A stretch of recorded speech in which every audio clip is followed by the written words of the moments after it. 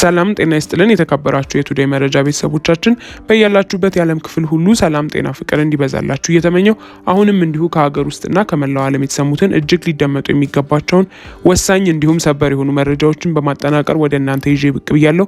እናንተም ክቡራን አድማጮች ለጥቂት ደቂቃ እስከ ፍጻሜው አብራችሁኝ በመቆየት እነዚህን ወሳኝ የሆኑ መረጃዎች እንድታደምጡኝ እየጋበዝኩኝ ቻናላችንን ሰብስክራይብ በማድረግ ቤተሰብ ይሁኑ እያልኩኝ ለሰዓቱ ወደ አጠናቀርኩላችሁ ዝርዝር መረጃ በቀጣይ ማቀና ይሆናል። እስከ ፍጻሜው አብራችሁኝ ቆዩ። ራሳቸውን የሐራ መሬት ኃይል ብለው የሚጠሩ ታጣቂዎች በትግራይ የሃይማኖት አባቶች የቀረበላቸውን ጥሪ ውድቅ ማድረጋቸውም ተነገረ። ይህ በእንዲህ እንዳለ የአብይ አህመድ አማካሪ አቶ ጌታቸው ረዳ የቀድሞ ምክትላቸውን በካሃዲነት ፈርጀው ይጸጽተኛል ያሉትን ነገር ደግሞ አቅርበዋል። ወደ ትግራይ ሰራዊት እየተጠጋ ነው የሚባለው የፕሮፓጋንዳ ዘመቻም እንደቀጠለ ነው። ከትግራይ ሁሉም የሃይማኖት ተቋማት የተውጣጡ የሃይማኖት አባቶች ከመቀሌ ከተማ ወደ ትግራይና አፋር ክልል ድንበር ድረስ የነበራቸውን የሽምግልና ጉዞ እንዳልተሳካም አሳውቀዋል። የሃይማኖት አባቶቹ ቦታው ላይ ሆነው በሰጡት መግለጫም የጉዟቸው ዋና ዓላማ በትግራይ ክልልና ራሱን የሐራ መሬት ኃይል ወይም ደግሞ ቲፒኤፍ ብሎ የሚጠራው ታጣቂ ኃይል መካከል ሰሞኑን ውጊያ መካሄዱን ተከትሎ ዘላቂ እርቅ እንዲወርድ ለመለመልና ለመገሰጽም ነበረ። በጉዟቸውም ሁለቱ ኃይሎች ሰሞኑን የከፈቱትን ውጊያ በዘላቂ እርቅ ለመፍታት ያለመ ቢሆንም የሃይማኖት አባቶቹ የትግራይ ሐራ መሬት ታጣቂ ኃይል አመራሮችን ለማነጋገር ያደረጉት ሙከራ ግን እንዳልተሳካላቸው ተናግረዋል። በቀጣይነትም ሁለቱን ኃይሎችን የማሸማገል ጥረታቸውን አጠናክረው እንደሚቀጥሉ በመጠቆም የቲፒኤፍ ኃይሎችም እንዲቀበሏቸው ጥሪ አድርገዋል። በብልጽግና የሚደገፈው አማጺ ኃይሉ ከፍተኛ አመራሮች ደግሞ በግል ገጻቸው ላይ ባሰፈሩት መልእክት የሃይማኖት አባቶቹን ጥረት የዘገየ ለአንድ ወገን ያዳላም እጃችሁን ስጡ ለማለት ያለመ የሽምግልና ጥረት ነውም ሲሉ አጣጥለውታል። ራሱን ከኮር በላይ አመራር ብሎ የሚጠራው ከህወሓት አመራር የተጣበቀ ኃይል አማሮን በረሃ ለመውጣት ጠመንጃ ለማንገብ የተገደድ ነው። የሃይማኖት አባቶቹ እኛን ሳይሆን መቀሌ የሚገኘውን ኃይል ተዉ ብለው መለመንና መገሰጽ ያለባቸውም ነው በማለትም ጽፈዋል። የትግራይ ሰራዊት የሃይማኖት አባቶች የእርቅና ተግሳጽ ጥረት ሙከራን አለመሳካት ተከትሎም የሃይማኖት አባቶቹ ውጥረትና ድካምን በማድነቅ የሚገጥሟቸውን እንቅፋቶች ሳያደናቅፏቸው ያለመታከት የጀመሩትን የሰላም ጥረት አጠናክረው እንዲቀጥሉም ጥሪ ማቅረቡን መዘገባችን የሚታወስ ነው። ይህ በእንዲህ እንዳለ የአብይ አህመድ አማካሪ አቶ ጌታቸው ረዳም የቀድሞ ምክትላቸው ጀኔራል ታደሰ ወረደን ከሰዋል። ጌታቸው ረዳ ፎርቹን ላይ ባሰፈሩት ሀተታቸው ጀኔራሉን በካሃዲነት ፈርጀው እሳቸው ላይ ፖለቲካዊ እርምጃ አለመውሰዳቸው ደግሞ የሚቆጫቸው ስለመሆኑም ነው የጠቀሱት። የታደሰ ወረደ ጊዜያዊ አስተዳደር የደቀቀውን ክልል ወደ መረጋጋትና ወደ መልሶ ግንባታ ማምጣት አልቻለም። በተቃራኒው ግን ኋላ ቀሩ ቡድን ጋር በመሆን ክልሉን የዘረፋና አለመረጋጋት አድርገውታል በማለትም ክሳቸውን ያቀርባሉ።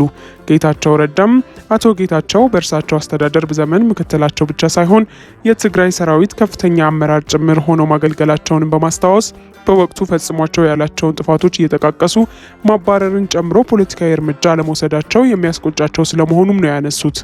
ከጦርነቱ ወደ ሰላም የሚያመራ እውነተኛ ሽግግርን ከመከተል ይልቅ በታደሰ ወረደ ቁጥጥር ስር ያለው ጊዜያዊ አስተዳደሩ ራሱን ከወታደራዊ አዛዦች ጋር አስተሳስሮ ሲቪል አመራሩን ያገለለና ግልጽነትና ተጠያቂነትን የሚጠይቁ አካላትንም እያሳደደ ያለ ነውም ይላሉ ሀተታው።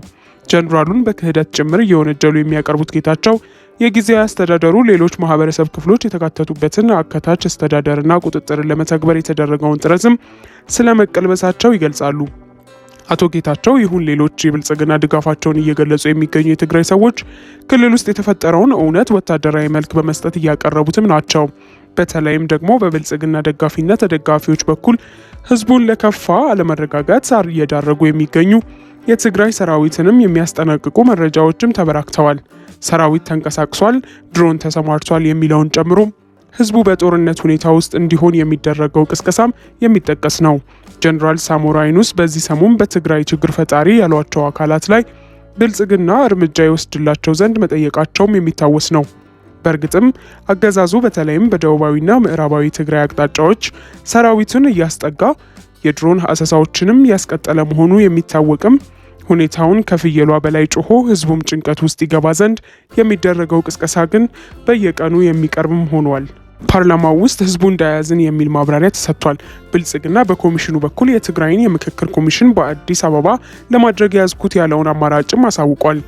አገዛዙ ስልጣኑን ህጋዊ የመግደያ መሳሪያው ለማድረግ ምርጫን እየቀሰቀሰበት እንዳለ ሁሉ የምክክር ኮሚሽን የሚለው ተቋሙንም ለተመሳሳይ ተልዕኮ ተግባር ላይ እያዋለው ይገኛል።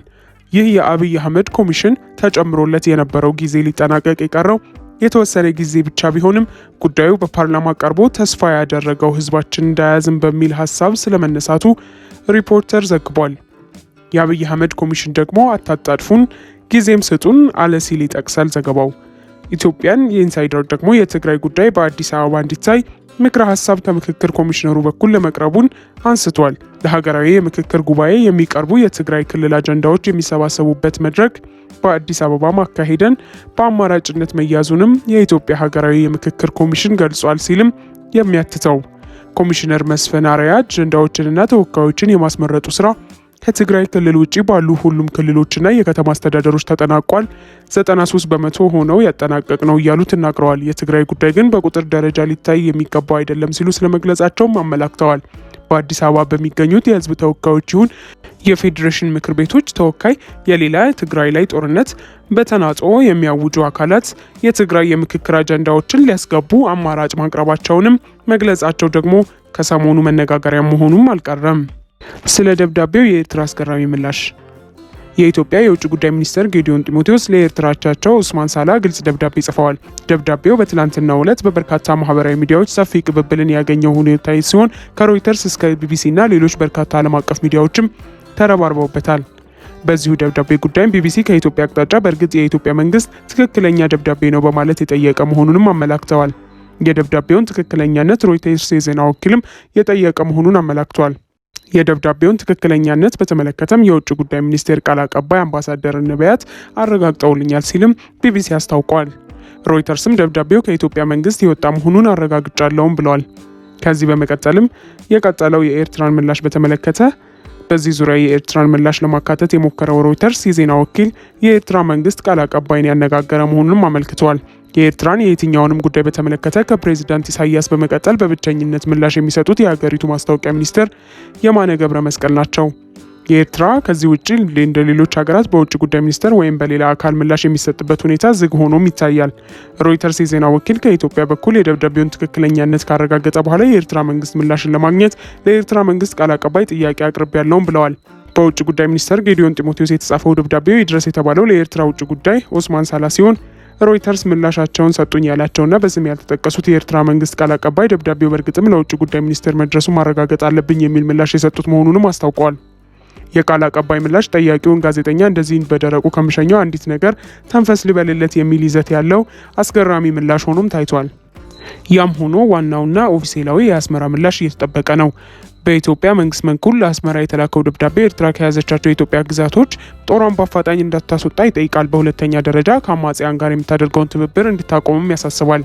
በሶስተኛ ደረጃ በድርድር ዙሪያም የኢትዮጵያ መንግስት አሰብን አካቶ በባህር በር መውጫ ዙሪያ ለመነጋገርም ዝግጁ መሆኑን ያመለከተበት ሁኔታ ታይቷል። መካነ ኢየሱስ ከተማ በድጋሚ ተሞሸረች። ሶስተኛ ቀኑን ያስቆጠረው ተጋድሎ የድል ዜና ዛሬም ቀጥሎ ውሏል። የፋሽስቱ አብይ አህመድ ሜካናይዝድ መሳሪያዎች ከወደቁ ቁራሌ ብረታ ብረት የዘለሉ አይደሉም። የአማራ ፋኖ ብሔራዊ ንቅናቄ ሰሜን አማራ ቀጠና በላይ ዘለቀ እዝ የግዙፉ ሜጀር ጀነራል ውባንተ አባተ አንደኛ ኮር መንትዮቹ ጉና ክፍለ ጦርና ዘራው ውባንተ ተወርዋሪ ክፍለ ጦር በጋራ የብልጽግናን ጠላት ኃይልን በመደምሰስ ታሪክ ሰርተዋል። የበሰበሰው የብልጽግና አገዛዝ ምላስ ብቻ የቀረው ሰራዊቱን በየቀኑ እየቀበረ ስልጣኑን ለማቆየት እየተፍጨረጨረ ቢገኝም ከሽንፈት ግን አልዳንም። ከማለዳው 3 ሰዓት ጀምሮ እስከ ቀኑ 9 ሰዓት ከ35 በፈጸሙት ጥቃት ልዩ ስማቸው መካነ ኢየሱስ ከተማ፣ እስቴ ዴንሳ ተራራ፣ ለዋዬ ማይነት ኢየሱስ፣ ሚርቋል እና ጋሳይ ከተማ ራሱን ጥምር ብሎ ጦር ብሎ የሚጠራው ስብስብ በከንደ ረመጦች የፋኖ አባላት ከፍተኛ ሰብአዊና ቁሳዊ ኪሳራ ያስተናገደም ውሏል። ይህ በእንዲህ እንዳለ በተመሳሳይ ዜና ስማዳ ወረዳ 265 በላይ የአብይ አህመድ ወንበር ጠባቂ ሙሉ በሙሉም ተደምስሷል። ወረዳዋም በጀግኖች ፋኖ ተሞሽራ ትገኛለች። በቀጣይ ዝርዝር መረጃዎችን ይዘን ወደ እናንተ የምንመለስ ይሆናል። ውድ ቤተሰቦቻችን ለዛሬ ያዝንላችሁን እዚህ ላይ ቋጨን። ላይክ፣ ሼር፣ ሰብስክራይብ፣ ኮሜንት በማድረግ ለቻናላችን ድጋፋችሁን መስጠት እንዳትዘነጉ። ከሌሎች መረጃዎች ጋር በድጋሚ የምንመለስ ይሆናል። እስከዚያው መልካም ቆይታ